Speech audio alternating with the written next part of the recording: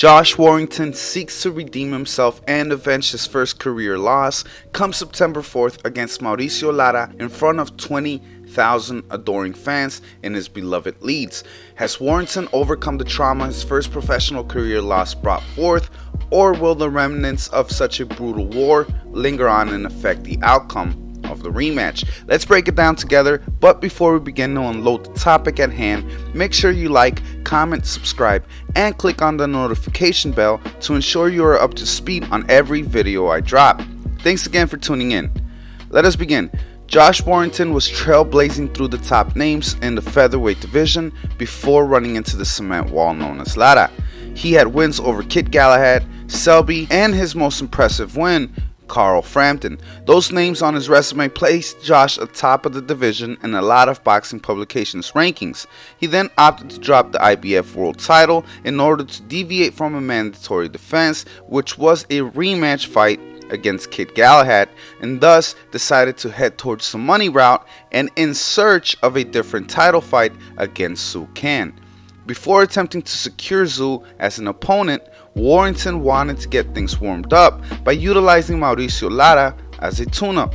Unfortunately for him, Lara's style proved to be all wrong for the former IBF world champion. Lara, a relatively unheralded fighter from Mexico City, ran through Warrington on his own turf, knocking him down once in the 4th round and again in the 9th, at which point the fight was halted, but could have easily been stopped much sooner considering all the damage Josh underwent throughout the entirety of the fight. Although Warrington displayed tons of heart in his gutsy performance that evening, he was clearly out of his element from the first knockdown forward. Although Warrington has success at times, a pressure fighter such as himself often loses to a much harder puncher, especially if there is a considerable gap in knockout power. Although Warrington has a serious engine, he wasn't able to hurt the sturdy Lara, whom on the other hand was able to batter Josh up and gradually grind him down.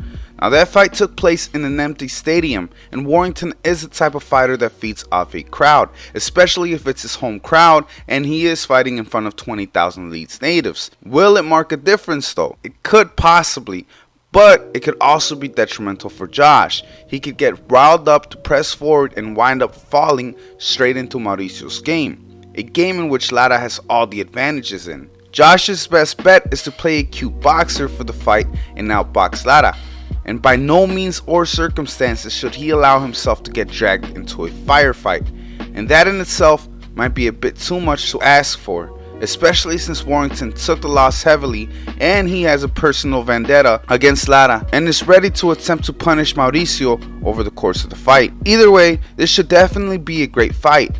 Both men got something to prove. Josh wants to exact revenge in front of his people, meanwhile Lara wants to prove that the first fight's results weren't a fluke and that he actually belongs atop of the division. Either way folks, let me know your take on the fight.